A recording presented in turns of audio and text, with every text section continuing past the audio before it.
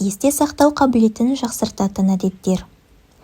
Кез келген сабақты, кітапты, ақпаратты есте сақтау үшін бірнеше техникаларды қолдануға болады. Фокус. Ең бірінші мәселе – фокус қойып тыңдау. Мысалы, сіз бір конференцияда отырсыз. Спикердің ақпаратын есіңізде сақтап қабылдап алу үшін оны фокус қойып тыңдау өте маңызды. Телефоныңызды алып, чатта біреумен онлайн сөйлесіп отырсаңыз, фокусыңыз бөлініп кетеді. Сәйкесінше, айтылып жатқан маңызды ақпарат пен білімдер бір құлағыңыздан кіріп, бір құлағыңыздан шығып кетеді. Спикерді назарыңызды бұрып тыңдап, мүмкін болса, маңызды дүниелерін блокнотқа түсіріп, түртіп алып отырыңыз. Сұрау.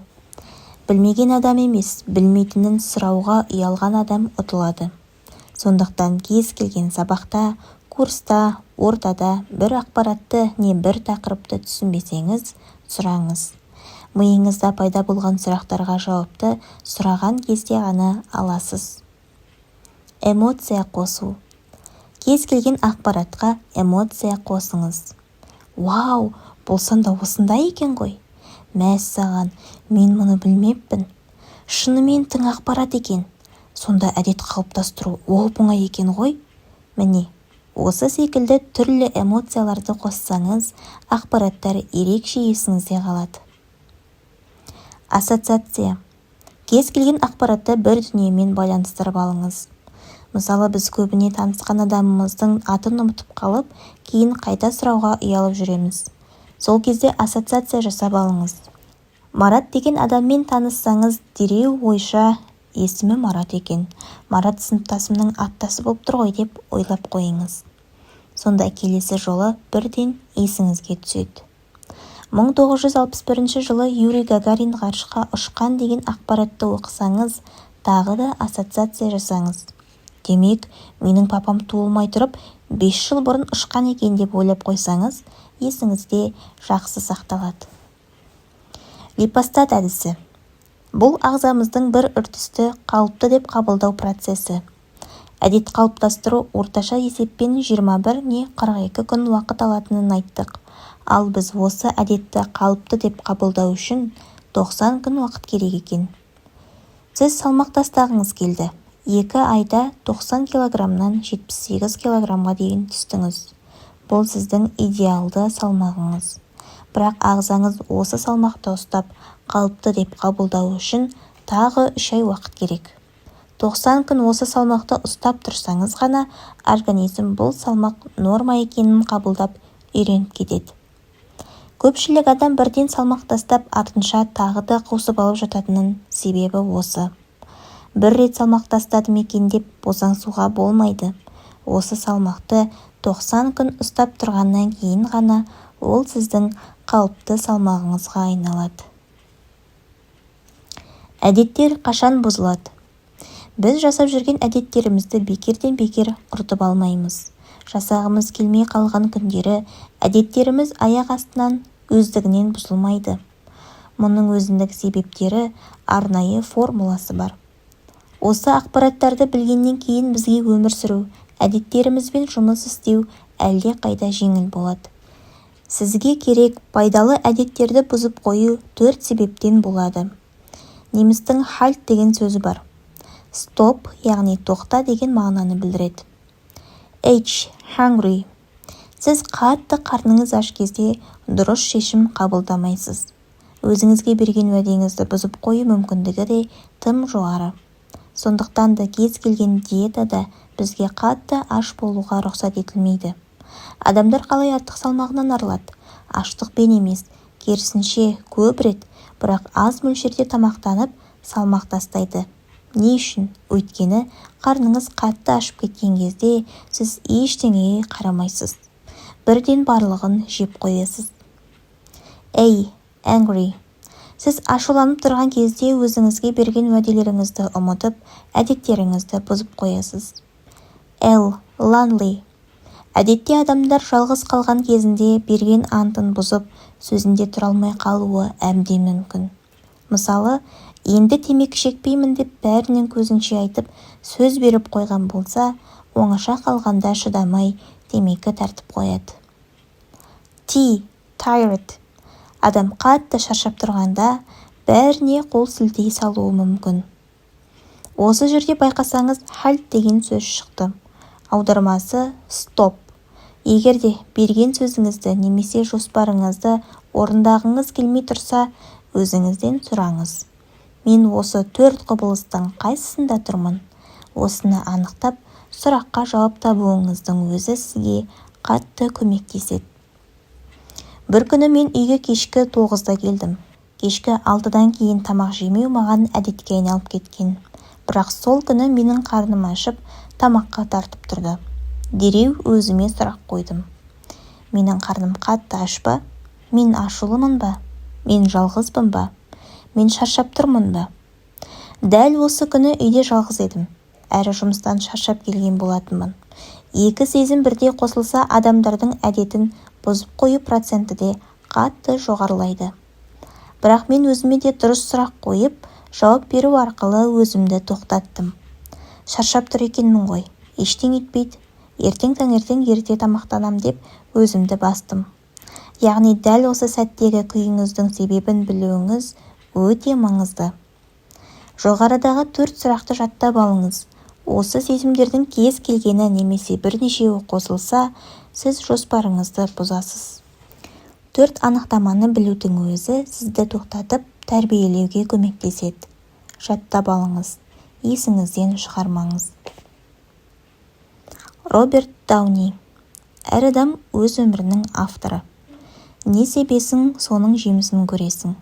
Маған анық бір нәрсе бар. Сенің өміріңде болып жатқан дүниенің бәріне тек өзің ғана жауаптысың. Демек сен осы нәрсенің бәрімен келісіп тұрсың. Жауапкершілік және сылтау. Жауапкершілікті өз қолыңызға алыңыз. Бұл өте маңызды нәрсе. Өкінішке орай көп адамның бойында жауапкершілік жетіспейді. Қараңыз, бізге кішкентай кезімізден бастап біреулер көмектескен. Бала кезімізде ата-анамыз, мектепте ұстаздарымыз, университетте кураторлар, кей кездері өзімізден үлкен аға-әпкелеріміз көмектесті. Сұрақтарымызды шешіп берді. Өкінішке орай, біз есейсек те сол қалыпта, сондай үмітпен өмір сүріп жүрген болуымыз мүмкін. Бірақ сіз үшін бәрін жасап беретін тек қана өзіңіз. Осыны неғұрлым ертерек түсінсеңіз, соғұрлым ұтасыз. Тіпті бастықтан, бухгалтериядан ештеңе күтпеуді үйреніңіз. Қазіргі өміріңізде сізге кей нәрселер ұнамайтын болса, бұл сіздің өткен шақта қабылдаған шешімдеріңіздің нәтижесі. Бірақ осылай екен деп еш қайғырмаңыз. Ойларыңызбен алысып, өкініп отырмаңыз. Жай ғана қабылдаңыз және ары қарай жылжыңыз. 1 жылдан кейін қандай нәтиже болғанын қаласаңыз, демек қазір соған сай әрекет ету керек. Формула оп-оңай. Жауапкершілік тек қана өзіңізде. Басқа ешкім келіп, сіздің әдеттеріңізді қалыптастырып бермейді. Ешкім сіз үшін жазып, сызып, оқып, білім алмайды. Жоспарларыңызды сіздің орныңызға ешкім орындамайды. Адамдар өзінен жауапкершілікті асырып тастау үшін неше түрлі сылтауларды ойлап тауып алады. Қолымнан келмейді, мен білмеймін деп айтпаңыз. Үйреніп алыңыз. Сіздің басқалардан қай жеріңіз кем? Ең бастысы қаласаңыз болды. Кез келген дүниені меңгеріп алуға болады. Елде жағдай ауыр. Бұл да бір үлкен сылтау. Сіз қалаған нәрсені беретін ел, халық емес, Алла тағала.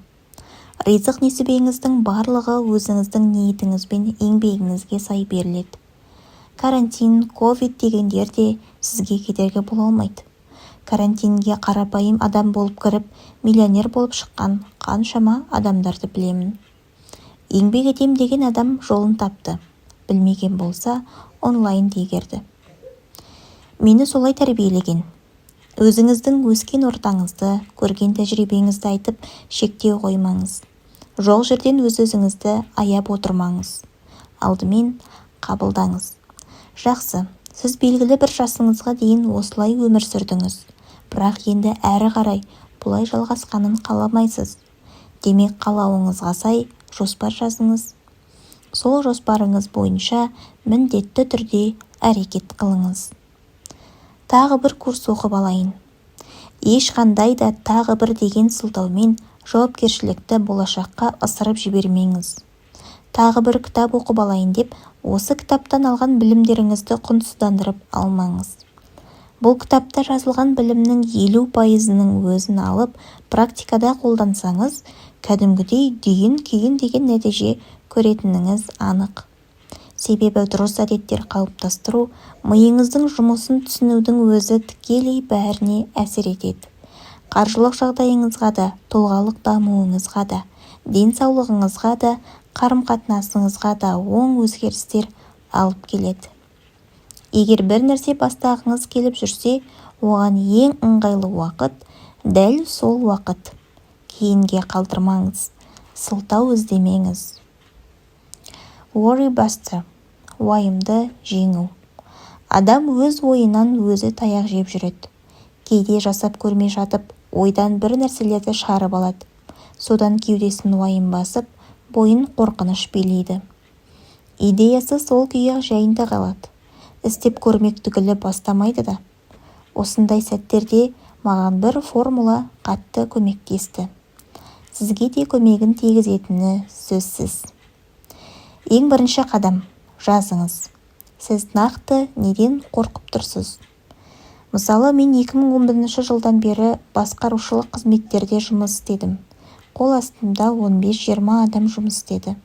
Ең қызығы, осы 12 жылдың ішінде менен айлығымды көтеріңізші деп сұраған 2 адам болды. Олардың айлықтары көтерілді. Басқа ешкімнің бұлай сұрауға батылдығы жетпеген секілді. Жазыңыз. Мен бастықтан барып, айлығымды көтерші деп сұрауға қорқып тұрмын. Мойындау шешімнің 50%. Сіз дәл қазір нақты мойындап тұрсыз. Екінші қадам. Ең нашар нәтиже қандай болуы мүмкін? Сіз басшылыққа барып айлығыңызды көтеруді сұрауға қорқып тұрсыз. Ең нашар нәтиже қандай? Шын мәнінде, сізді бұл сұрағыңыз үшін ешкім жұмыстан шығармайды. Ешкім сізді ұрысып сөйлейін деп тұрған жоқ. Әрі біз қазақ көңілге қараймыз ғой. Ойлан көрейік, немесе қарастырып көреміз деп шығарып салу мүмкін. Шын мәнінде нашар нәтиже жоқ. Үшінші қадам. Ең ауыр нәтижені болды деп қабылдаңыз. Болуы мүмкін деген ең нашар нәтижені осы орынға салып көріңіз. Сонда ғана нашар нәтиже, оқиғаның салдары ауыр болуы мүмкін деген жүкті үстіңізден түсіресіз. Төртінші қадам. Оны болдырмау жолдарын ескеріп, бірден әрекетке көшіңіз. Ең нашар нәтижені болдырмау үшін 1-2 ай сапалы, тиянақты жұмыс істеңіз. Алдын ала жоспарлап барып, басшылыққа кіріңіз. Дәл осы қорқынышты жеңу формуласын сіз де қолданып көріңіз.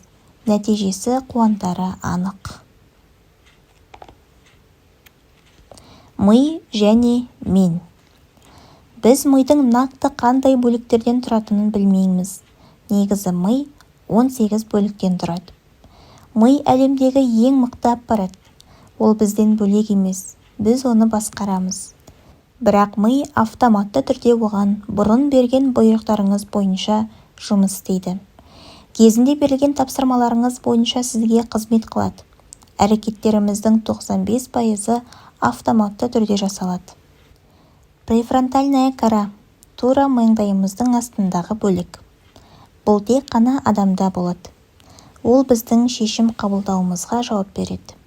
Неғұрлым осы бөлім қаттырақ дамыса, соғұрлым дұрыс, адекватты шешім қабылдаймыз. Джо Диспенза атты ғалымның айтуы бойынша, префронтальная кораны дамытатын әдеттердің бірі құлшылық екен. Мысалы, ислам дінінде намаз, буддизмде медитация. Дәл осы уақытта префронтальная кора өте жақсы жұмыс істейді екен. Кітап оқу, ойлану, жоспарлау жұмыстарында да префронтальная кора жақсы дамиды. Яғни жаттыққан сайын ол да мықты бола түседі. Осылайша аналитикалық ойлау қабілеті қатты дамиды. Америкада 1850 жылдары түрмедегі адамдарға түрлі эксперименттер жасайтын болған. ғалымдар олардың префронтальная карасын қолдан зақымдап адамдардың өзгерісін бақылаған. Сонда миларының осы бөлігі зақымдалған адамдардың өмірге деген қызығушылықтары мүлдем жоғалып кетіпті. Артық әрекет жасамайтын болған, тек бір әрекет жасап, бір бағытта жүреді. Сағаттап қимылсыз отыра беретін болған. Содан ғалымдар, адамда префронтальная кара дұрыс жұмыс істемесе, ол шешім қабылдау қабілетінен айырылады деген қорытынды шығарған. Ондай адам миында қалып қойған процесс бойынша ғана өмір сүретін болған. Біз көбірек ойланып жоспарласақ, неғұрлым көп құлшылығымызды жасасақ, соғұрлым префронтальная кара мықты болады. Сәйкесінше аналитикалық ойлау жүйеміз өте жақсы дамиды. Миымызда екі түрлі жұмыс істеу режимі бар. Біріншісі молшылық, шабыт режимі, екіншісі дефицит, яғни стресс режимі.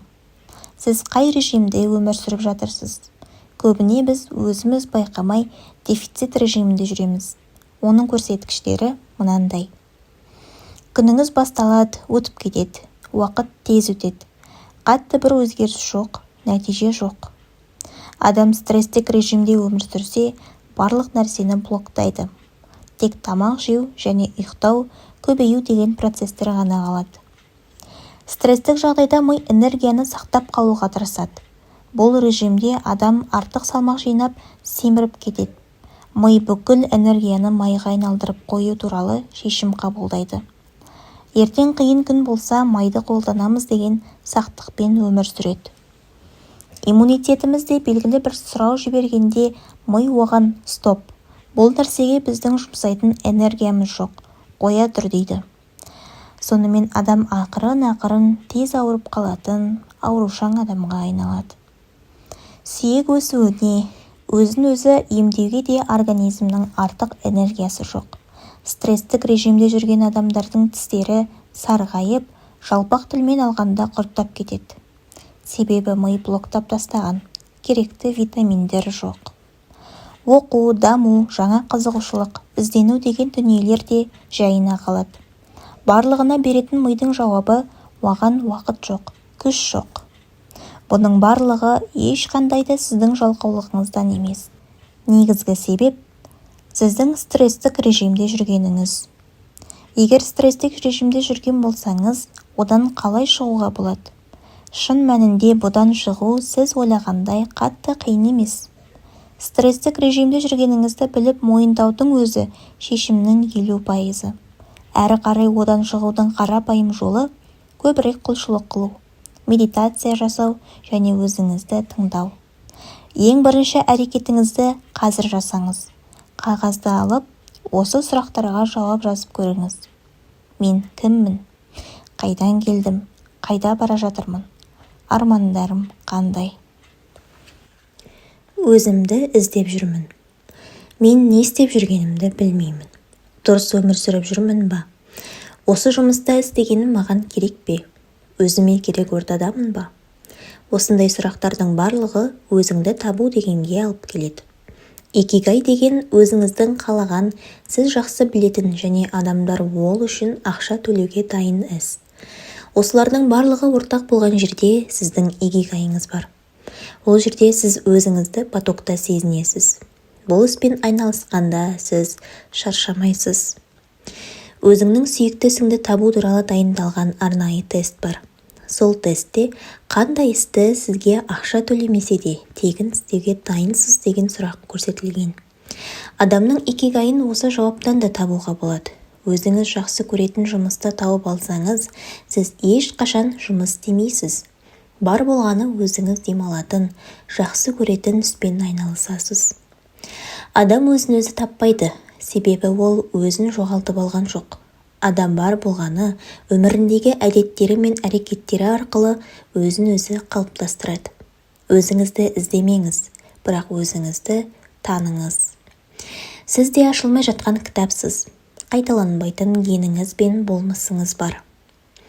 Сізге не ұнайды, не ұнамайды, қандай өмір сүргіңіз келеді, немен айналысқыңыз келеді, қолыңыздан жақсы келетін істер қандай?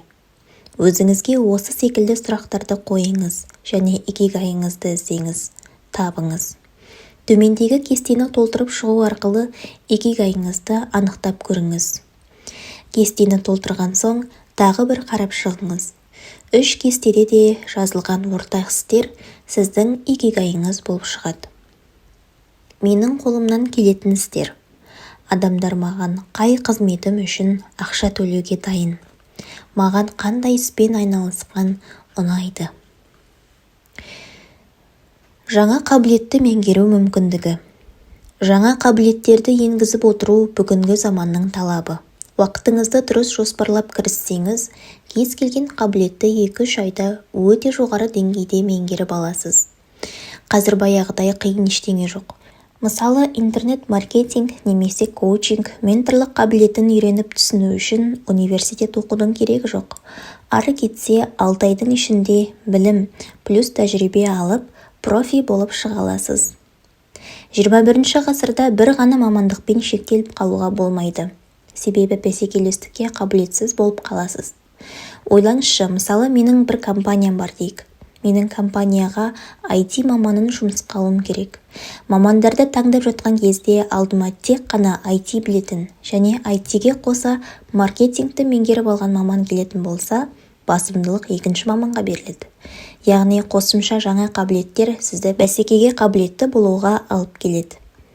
Бір аптада 168 сағат бар.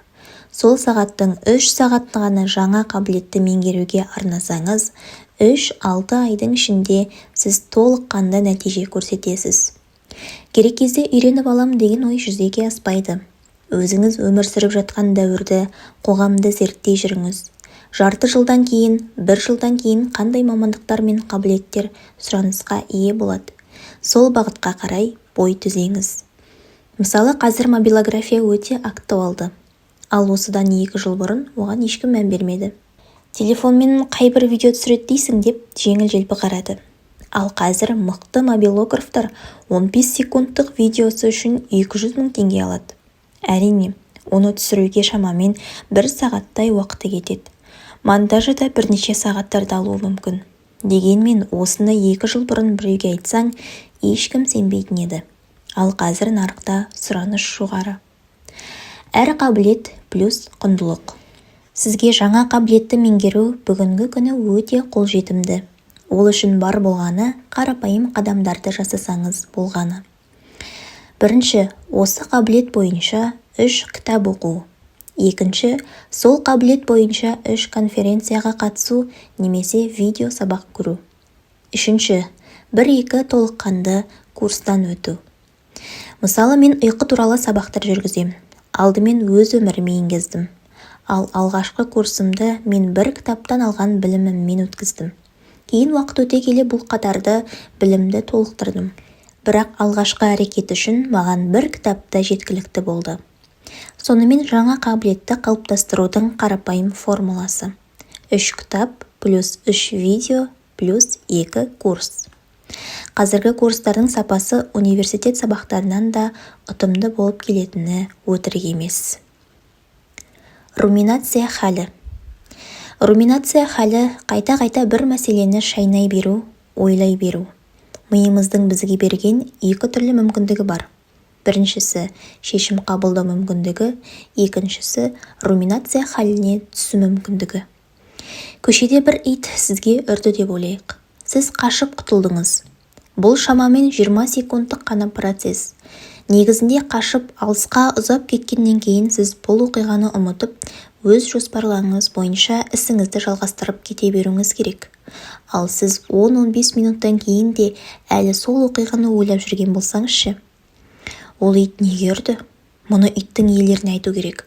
Осы итте бір қанды ішіп бітті деп фокусыңыздың барлығын сол итке тастап кетесіз. Негативті ситуацияны қайта-қайта ойлай беретін бұл жағдай руминация халі деп аталады. Бұл халдің сізге келіп кетер 1 грамда пайдасы жоқ. Өте көп энергияңызды алып қояды. Шығудың бір ғана жолы бар. Шешім қабылдау. Осындай жағдай болды. Оны келесі жолы болдырмау үшін не істеуім керек деп ойланыңыз да шешім қабылдаңыз. Шешім қабылдасаңыз өте жақсы. Ал ешқандай шешім қабылдамасаңыз, автоматты түрде руминация халіне түсіп кетесіз. Сізде шешім қабылдауға бар болғаны 5-7 секунд уақытыңыз бар. Үй тұрды, демек, енді бұл көшеден өтпеймін. Болмаса кешке барып иесіне ескертемін. Шешім осылай қабылданады. Ары қарай әрекетке өтіп кетсеңіз, мәселе сол жерде жабылады.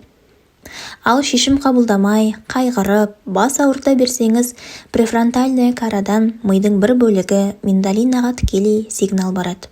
Миндалина жүйеден қанға адреналин және кортизол гормондары бөлінеді. Бұл екі гормон қанға араласқан соң сабыр ету мүмкін емес. Ал бәрібір бұл халге түсіп қалсаңыз, сабыр сақтап та керек емес. Қаныңыздағы гормонды шығарып тастау керек. Ең дұрыс жолы спортпен айналысып, тер арқылы шығару. Ұнамайтын дүние бар ма? Өзгертіңіз. Өзгерте алмайсыз ба? Онда ол жерден кетіңіз. Жалпы кез келген жағдайда қайғырып, ойланып, өзіңізді шаршатып алмаңыз. Руминация халі адамға өте зиян. Әдет қалыптастыру уақыты. Әдет қалыптастырудың ең ыңғайлы әдемі уақыты таң. Америкада бір зерттеу жұмысы жүреді. Скрипка үйретуге бір топ адамдарды жинайды. Оларды екіге бөледі. Бірінші топқа күнде таңертеңгі уақытқа сабақ қояды. Екінші топтың сабағын кешкілік уақытқа белгілейді. 40 күннен кейін нәтиже белгілі болады. Таңертең сабақ алған оқушылар 67%-ға жылдам үйренген, ал кешкі топта нәтиже көрсеткендердің пайызы 37% ғана. Таңертең негізі уақыт өте көп. Жұмысқа дейін 3-4 сағат уақытыңызды өзіңізге бөле аласыз. Мейлі ол спорт болсын, курс болсын, жаңа білім болсын. Миымызда альфа жағдай деген түсінік бар. Ол енді оянған кездегі миыңыздың жағдайы. Бұл кезде ми өте тынық болады. Кез келген сұрақты жеңіл шеше алады. Дәл осы альфа кезеңді қолдану керек. Сізде екі таңдау бар. Бірінші жол жұмысқа 30 минут қалғанда ұйқыдан тұрып, асығыс, таңғы астың өзін ішер-ішпестен жұмысқа шығу. Екінші жол ерте тұрып, асықпай кітабыңызды оқып, жоспарыңызды жазып, таңғы асыңызды ішіп жұмысқа бару. Қай жол жағымды? Әрине, екінші жол өте ыңғайлы, пайдалы. Ең бастысы миымыздағы альфа жағдайды стресске жұмсап жібермеу керек. Бәрі бірден болмайды. Біз бәрінің тез-тез бола салғанын қалаймыз. Дегенмен ерік-жігер тұрақтылықты қадағалауды талап етеді. Осыны мойындап, сол бағыт бойынша әрекет ету керек. Біз не істейміз? Асығамыз. Бүгін қалаған нәрсеміздің ертең қолымызда болғанын қалаймыз. Десе де, қанша асықсақ та, кез келген процесс белгілі бір уақытты талап етеді. Тез арада байып кету керек. Тез денсаулықты жақсартып алу керек. Срочно ұйқыны дұрыстау керек. Өміріңіздегі қай нәрсені срочно тез-тез реттеп алғыңыз келіп жүр? Біз Прагаға көшіп барғанда бір қызық оқиға болды. Келдік, орналастық. Сол күні түнде 22:15-те балаларымыз шулағаны үшін көршілеріміз полиция шақырды. Үйдің иесі хабарласып шок болып тұр. Сендер неге шулап жатырсыңдар? Балалар ұйықтамаған ба деп аң-таң. Ал балаларда қайдағы ұйқы? Олар түнгі сағат 1-2-ге дейін жүріп үйреніп қалған ғой. Қалай ойлайсыз? Ертеңінде сағат 21:00-де балалар ұйықтап қалды ма? Жоқ, әрине. Ұйықтардан 1,5 сағат бұрын жатыңдар, тістеріңді жуыңдар деп шулап жүріп әйтеуір үйреттік. Оларды ерте ұйықтауға үйрету үшін бізге 10 күн керек болды. Басқалар үшін балаларын ерте ұйықтатып үйретуге 1 апта немесе 1 ай қажет болуы мүмкін. Әркімде әртүрлі уақыт кетеді. Ең бастысы тұрақты қайталай отырып, белгілі бір уақыт ішінде діттеген мақсатқа қол жеткізуге болады. Есте сақтау керек, бәрі бірден болмайды. 9 әйелің болса да 1 айдан кейін балалы бола алмайсың деп бір кісі айтып еді. Әрине 9 айдан кейін нағыз катастрофа болуы мүмкін. Бірақ расында да адам қанша асыққанмен 9 айдың жүзін көрмей бала дүниеге келмейді. Осы жердегі белгілі бір заңдылықтарға бағыну керек. Қалауыңызға жетудің, мақсатыңызды орындаудың қарапайым формуласы асықпаудан және тұрақтылықтан басталады. Дұрыс әдеттердің зияны. Адамдардың әдеттері өзгере бастаған кезде өмірдің басқа сфераларында да оң өзгерістер бола бастайды. Ақтөбелік Мадияр деген кәсіпкермен менторлық бағдарламасы негізінде 3 ай жұмыс істедік. Менторлыққа келген кезде Мадияр мырзаның басты сұранысы күнделікті режимін реттеу, баланс қалыптастыру және денсаулығын дұрыстау болды. Яғни табысын арттыру немесе қандай да бір материалдық құндылықтар басты орында болмады. Десе де сол 3 айдың ішінде өзі жалға алып отырған жерден көшіп, бизнесіне жеке ғимаратын сатып алды. Ал 1 жылдық табысы өткен жылмен салыстырғанда 25%-ке артқан. Әрине, бизнестің жүріп дамуы үшін тек қана бір фактор маңызды рөл ойнамайды. Дегенмен, ойын жүйелеп, режимді дұрыстау, өмірдің барлық сфераларындағы балансты сақтау табыстың артуына да тікелей әсер етеді. Менің марафондарыма, курстарыма, жеке талдауға және менторлыққа келетін адамдардың басым бөлігі өмірі мен ойын жүйелегісі келеді. Ал өмірдің барлық салалары бір-біріне тікелей әсер етеді. Ұйқысы дұрыс емес адам энергиясы тасып, құлшынып жұмыс істей алмайтыны анық. Жеке өмірінде гармония жоқ адамның бизнесінде де тұрақтылық жүйе болуы қиын. Өмірдің барлық сферасын алып, бірден жүйелеп тастау да мүмкін емес. Бұл процестердің жүйеленуі белгілі бір уақытта талап етеді. Ең алғашқы қадам жаңа, дұрыс әдеттерді қалыптастырудан басталады. Арнайы дәстүрлерді де енгізіп алуға болады. Мысалы, біздің отбасымызда еркектер күні бар. Бұл негізі ұлдармен жеке сапалы уақыт өткізу үшін ойлап табылған дәстүр болатын. Осы еркектер күні идеясы ұнап, әдетке айналдырған оқырмандарым алғысын айтып жазып тұрады. Тек ер азаматтар емес, олардың әйелдері де күйеулерінің ұлдарына көбірек көңіл бөліп, аралары жақындағанын жазады. Инстаграмда дұрыс адаммен дұрыс уақытта ішілген кофе өте пайдалы деген текстпен тұрақты сториске салып тұрамын. Бұл менің келіншегіммен бірге уақыт өткізгенде салынып тұратын дәстүрге айналып кетті. Инстаграмдағы идеологияның әсері шығар, бұл дәстүрді де өмірлеріне енгізіп, алғысын білдіріп жазып тұратындар көп. Өмірлік баланс туралы соңғы бөлімде толығырақ тоқталамын. Түсініп, тапсырмасын орындап, өзіңіздегі баланстардың тұрақтылығына мән беріп тұруды ұмытпаңыз. Дұрыс әдеттерді қалыптастырудың ешқандай да зияны жоқ, ал көл көсір пайдасын көретініңіз анық.